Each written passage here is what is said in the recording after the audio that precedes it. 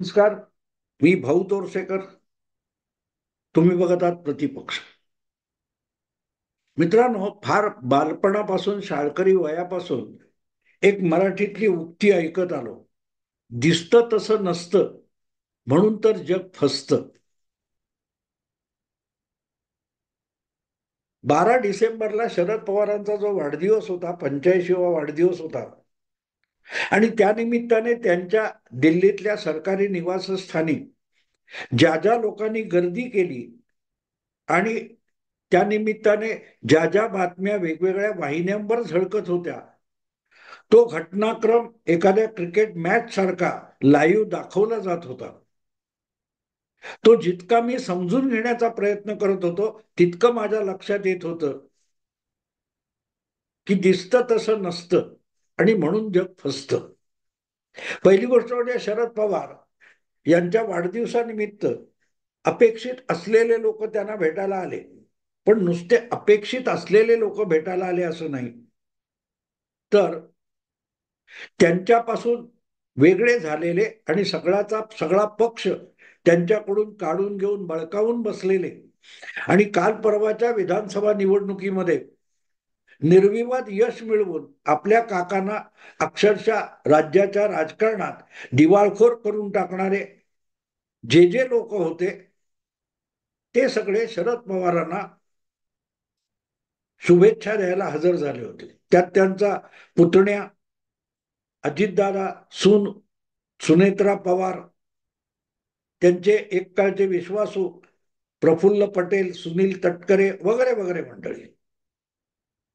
आणि मग त्यावर ज्या प्रतिक्रिया, अगदी अजितदादांचे सख्खे बंधू आणि सख्खा पुतण्या, ज्या लोकांनी गेल्या लोकसभा आणि विधानसभा निवडणुकीत परिवाराच्या मर्यादा ओलांडून अजितदादांवर व्यक्तिगत हल्ले चढवले होते, ज्याच्याविषयी अजितदादा परत परत नाराजी व्यक्त करत होते, असे सगळेच्या सगळे लोक अचानक आता सगळं इलेक्शन संपलंय आणि कौटुंबिक नाती मोडत नसतात वगैरे वगैरे भाषा बोलायला लागले. बरं, एवढ्यावर थांबलं असं बिलकुल नाही. अनेकांनी शरद पवारांना ते ज्येष्ठ नेते आहेत म्हणून राजकारणाच्या पलीकडे जाऊन सुद्धा वाढदिवसाच्या शुभेच्छा दिल्या. त्यामध्ये मोदींचं नाव आलं असतं तर मला नवल वाटलं नसतं, कारण मोदींनी शरद पवारांचं बोट पकडूनच राजकारण करायला शिकलो वगैरे वगैरे असल्या गोष्टी बोललेल्या आहेत. पण अमित शहा यांनी फोनवरून शरद पवारांना शुभेच्छा दिल्या वाढदिवसाच्या, आणि तेवढ्यावर विषय संपला नाही, तर संध्याकाळ उलटून गेल्यावर आणि सूर्यास्त झाल्यानंतर अचानक एक बातमी आली की शरद पवारांची भेट घ्यायला, व्यक्तिगत शुभेच्छा द्यायला अमित शहा त्यांच्या घरी येत आहेत. ही गोष्ट धक्कादायक होती. शुभेच्छा द्यायच्या होत्या तर मग आधी फोनवर दिल्या होत्या, मग परत एक का द्यायला आल्या? आणि जर तुम्ही भेटायला जाणार होता तर मग फोनवर ऍडव्हान्स शुभेच्छा देण्याची गरज नव्हती. अमित शहा यांची जी शरद पवारांच्या घरी जाऊन शुभेच्छा देण्यासाठीची भेट बातमीमधून ऐकायला मिळाली, ती खरी असेल तर त्यामध्ये एक वैचित्र्य आहे. पण जाऊ दे, पण तो विषय वेगळा कधीतरी बोलता येईल. आज मला बोलायचंय ते या शरद पवारांच्या वर्धापन दिनी किंवा वाढदिवसाच्या निमित्ताने अजितदादा दीर्घकाळानंतर आपल्या काकांना भेटायला गेले. मला वाटतं लोकसभा निवडणुकांपासून विधानसभा निवडणुकांपर्यंतच्या काळामध्ये आणि नवं सरकार बनण्यापर्यंतच्या काळामध्ये अजितदादांनी प्रकर्षाने काळजीपूर्वक आपल्या काकांची कुठेही भेट घेतली नाही. हा, आधी ते पक्ष फोडला आणि सरकारमध्ये उपमुख्यमंत्री म्हणून 1.5 वर्षापूर्वी सहभागी झाले. त्यानंतरही मला वाटते चोरडिया नावाच्या उद्योगपतीच्या घरी कुठेतरी हडपसर किंवा कुठे अजितदादा आणि शरद पवार यांची एक गोपनीय बैठक झालेली होती. पण त्यानंतरच्या काळात अशी भेट झाल्याची वगैरे चर्चा कुठे ऐकायला मिळाली नव्हती. अगदी दिवाळीला सगळं पवार कुटुंब एकत्र काटेवाडीत किंवा गोविंद बागेत जमतं असं कौतुकाने नेहमी सांगितलं जायचं. पण ह्या वर्षीची दिवाळी त्याला अपवाद होती. विधानसभा निवडणूक दारात होती आणि सगळं कुटुंब वाडीत टाकल्यासारखं अजितदादांशी वागत असताना अजितदादांनी गोविंद बागेत जायचं टाळलं आणि आपली आपली दिवाळी वेगळी साजरी केली होती. हे मी एवढ्यासाठी सांगतोय की इतक्या दीर्घ काळानंतर अचानक काकांच्या वाढदिवसाचं निमित्त शोधून अजितदादा दिल्लीत येऊन काकांना भेटले आणि सगळा लवाजमा घेऊन गेले होते. सुनील तटकरे, प्रफुल्ल पटेल, सुनेत्राताई पवार, नंतर मला वाटते पार्थ पवार, ज्याला शरद पवार कवडीची किंमत देत नाहीत, त्यांनाही घेऊन अजितदादा जर काकांना वाढदिवसाच्या शुभेच्छा द्यायला गेले असतील तर त्याचं गांभीर्य समजून घेतलं पाहिजे. पण त्या निमित्ताने ज्या बातम्या आल्या त्याच्यात महत्वाची बातमी मला कुठली वाटली असेल तर अजितदादांना असा कुठला प्रश्न शरद पवारांनी विचारला, ती बातमी कोणीतरी सांगितली, पण ती बातमी काय प्रश्न विचारला, त्या विचारलेल्या प्रश्नाचं जे उत्तर आहे किंवा जो प्रश्न आहे त्यामधली बातमी किती पत्रकारांना किती माध्यमांना कळली असा मला प्रश्न पडला.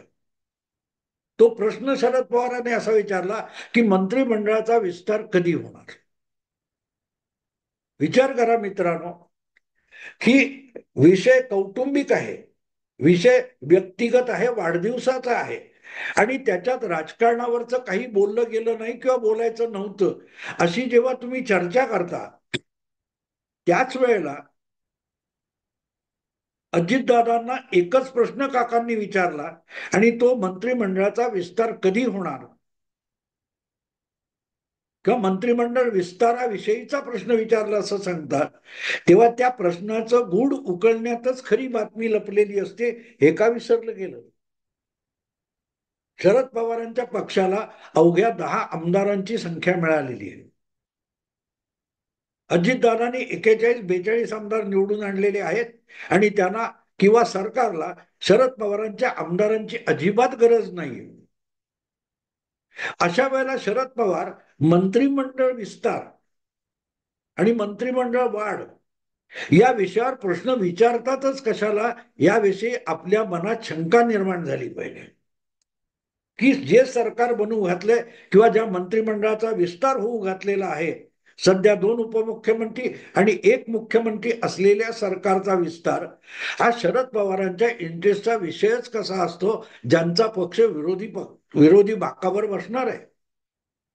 आणि इथे शंकेला जागा निर्माण होते की ज्यांची नावं मुख्यमंत्री देवेंद्र फडणवीस यांच्याकडे मंत्रिपदासाठी अजितदादांनी पाठवायची आहेत किंवा ज्याला नरेंद्र मोदी आणि अमित शहा यांची मान्यता घेतली जाणार आहे, ती नावं कोणती आहेत यामध्ये शरद पवारांना इंटरेस्ट आहे का. तो नसेल तर शरद पवारांनी हा प्रश्न अजितदादांना विचारलाच नसता. आजपर्यंत शरद पवारांच्या इच्छेशिवाय कोणीही राष्ट्रवादीमध्ये मंत्री होऊ शकला नाही. आता सुद्धा मला असं वाटतं की 1.5 वर्षापूर्वी जेव्हा अजितदादा तिकडे जाऊन उपमुख्यमंत्री झाले आणि त्यांच्या 8 सोबत्यांना मंत्रीपद मिळाली त्यात सुद्धा बहुतांश शरद पवारांच्या लाडक्यांचा आणि विश्वासू लोकांचा समावेश होता.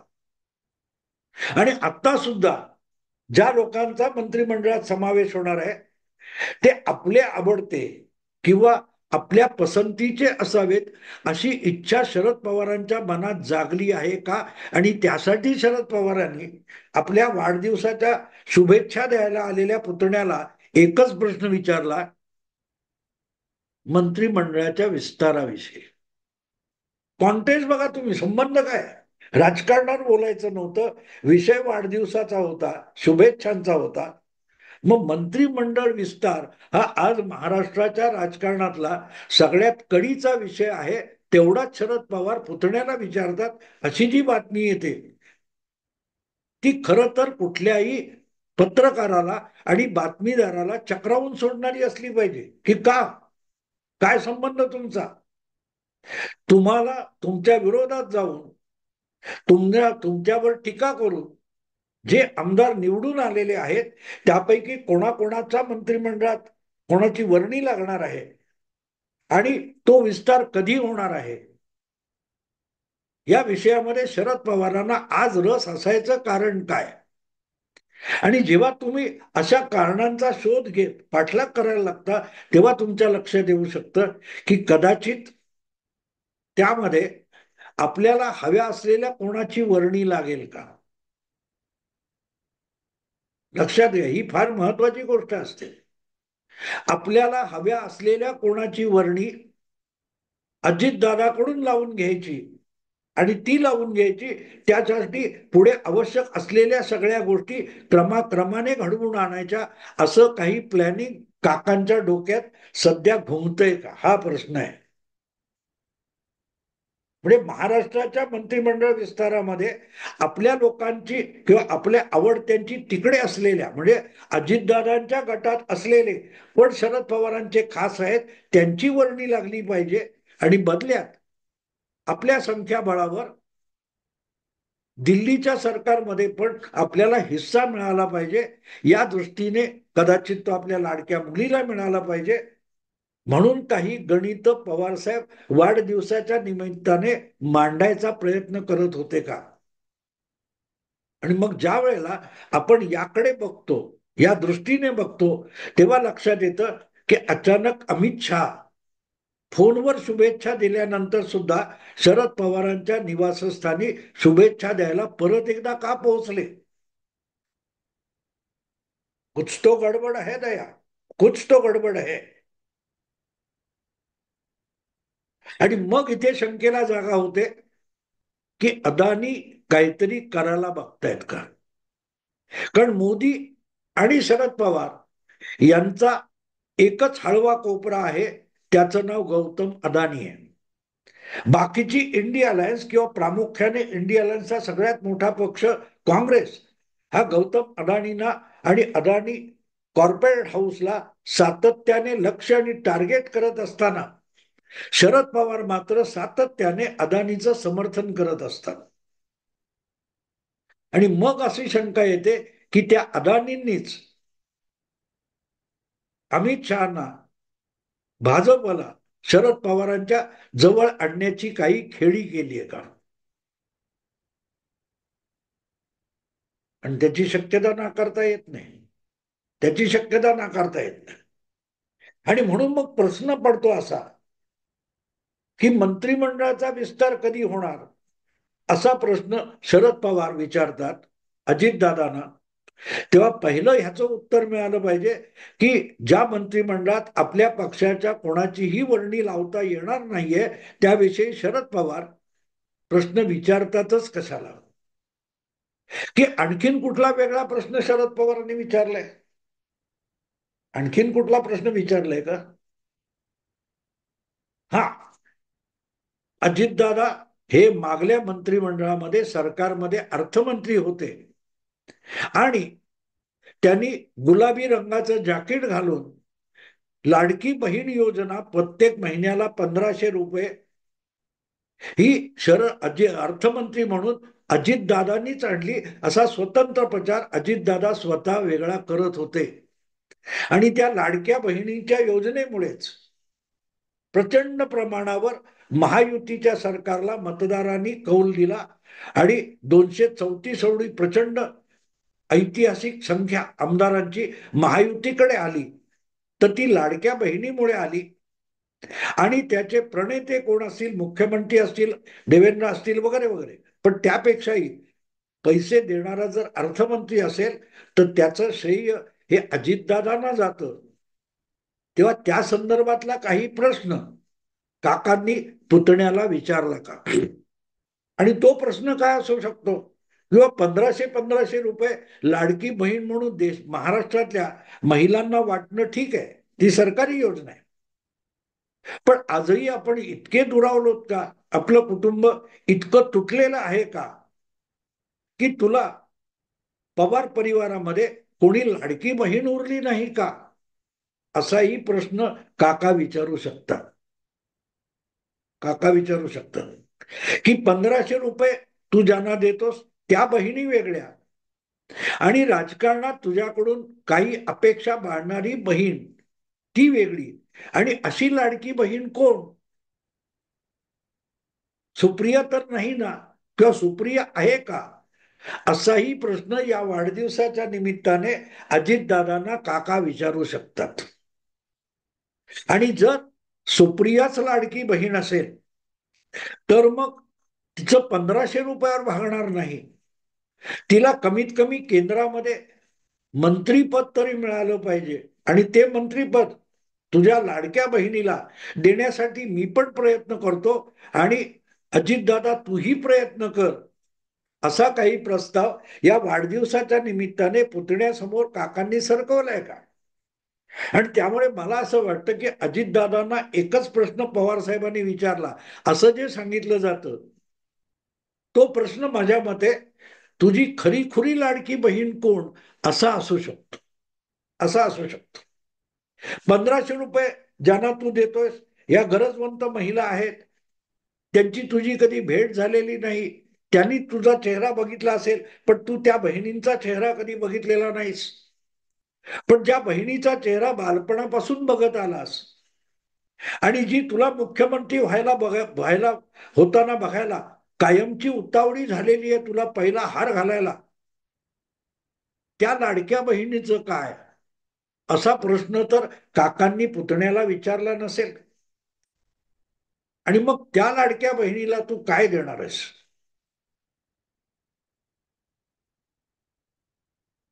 अदानी पण त्यासाठी मध्यस्थी करायला तयार आहेस? तू तयार आहेस का? आपण दोघे परत एकत्र येऊ आणि दोघे मिळून आपण एनडीए मध्ये जाऊ, असा काही प्रस्ताव काकांनी आपल्या वाढदिवसाच्या निमित्ताने समोर आणलाय का, इकडे बघितलं पाहिजे. आणि मग याच्यात महत्वाची बाजू येते की तुमच्या राहुल गांधी यांनी जे अदानी अदानी अदानी म्हणून थैमान घातले, त्यामुळे शरद पवार कमालीचे कंटाळलेले आहेत. आणि ज्या प्रकारचं राहुल गांधींचं बालिश राजकारण आहे, त्यामुळे इंडी अलायन्सला जर भवितव्य राहिलं नसेल तर पुढच्या 5 वर्षात इंडी अलायन्स बरोबर काँग्रेसलाही भवितव्य नाही, आणि काँग्रेसलाच काही भविष्य नसेल तर इंडी अलायन्सला सुद्धा भवितव्य नाही. मग अशा आघाडीत राहून आपल्या मुलीला कायम विस्थापित ठेवायची का, ही चिंता शरद पवारांना भेडसावत असू शकते. आणि त्यावरचं उत्तर शोधण्यासाठी पवार साहेबांनी आपल्या वाढदिवसाचा मुहूर्त शोधलेला असू शकतो. आणि म्हणून अजितदादा आणि अमित शहा हे एकाच दिवशी काकांचं काकांना शुभेच्छा द्यायला किंवा अभिष्ट चिंतन करायला त्यांच्या घरी जातात, तर त्यांना सांगणारा दुवा म्हणून शोधायला लागतो. आणि मला वाटतं अदानी हे सोडून दुसरा कुठलाही दुवा असू शकत नाही. नाहीतरी अजितदादांनी मला वाटतं की कोणी गौप्यस्फोट केला त्याच्यात सांगितलंय की 2.5 दिवसाचं सरकार झालं तेव्हा सुद्धा अशा ज्या बैठका झाल्या होत्या त्या अदानी यांच्याच दिल्लीतल्या गेस्ट हाऊसवर झालेल्या होत्या. आणि म्हणून आता दिल्लीतल्या घडामोडी ज्या घडत आहेत, अशा वेळेला आपल्याला वाढदिवसाच्या शुभेच्छा द्यायला आलेल्या पुतण्याला काका कुठला प्रश्न विचारू शकतात, तर तो खरी लाडकी बहीण कोण असा असू शकतो. ही माझी शंका मला वजनदार वाटते, हवेतली वाटत नाही, सूत्रांकडून वगैरे कळलेली नाही. पण मी जे अंदाज बांधतो राजकारणातल्या घडामोडींचे, त्या अंदाजात मला असं वाटतं की अदानी यांच्या पुढाकाराने शरद पवारांना एनडीए मध्ये आणायचा प्रयत्न चालू आहे. आणि एनडीए मध्ये आणताना दोन्ही राष्ट्रवादी पक्ष एकत्र आले तर पवार कुटुंब जोडल्याचे पुण्य हे अदानींनाही मिळू शकतं, मोदींनाही मिळू शकतं. आणि बदल्यात शरद पवारांना आज या उतार वयामध्ये भेडसावणारी जी चिंता आहे तिचं निराकरण होऊ शकतं. अजितदादांची लाडकी बहीण केंद्रात मंत्री होऊ शकते, आणि पवारांच्या लाडक्या अशा एकाच दोन मंत्र्यांना अजितदादांच्या मार्गाने महाराष्ट्राच्या सत्तेत सहभाग मिळू शकतो. आणि कारण सरळ आहे, अदानी हे एक कारण आहे. पण सत्तेपासून दूर राहणं, सत्तेपासून वंचित राहणं हे शरद पवारांच्या स्वभावातलंच नाही. त्यामुळे कुठूनही फोडाफोडी करून जर महाराष्ट्राच्या सत्तेत सहभाग मिळणार नसेल तर मग तो पुतण्याशी गोडी गुलाबीने वागून तो सहभाग मिळवण्याचे प्रयत्न पवार करणार नाहीत असं बिलकुल होत नाही. आणि म्हणून मला असं वाटतं की आपल्या वाढदिवशी आपल्याला शुभेच्छा द्यायला आलेल्या पुतण्याला शरद पवारांनी कदाचित एकच प्रश्न विचारला असेल की बाबा रे, तुझी खरीखुरी कुटुंबातली आणि नात्यातली लाडकी बहीण कोण? मित्रांनो, आता इथेच थांबतो. आवडलं तर लाईक करा, शेअर करा आणि प्रतिपक्षाला सबस्क्राईब करा. नमस्कार.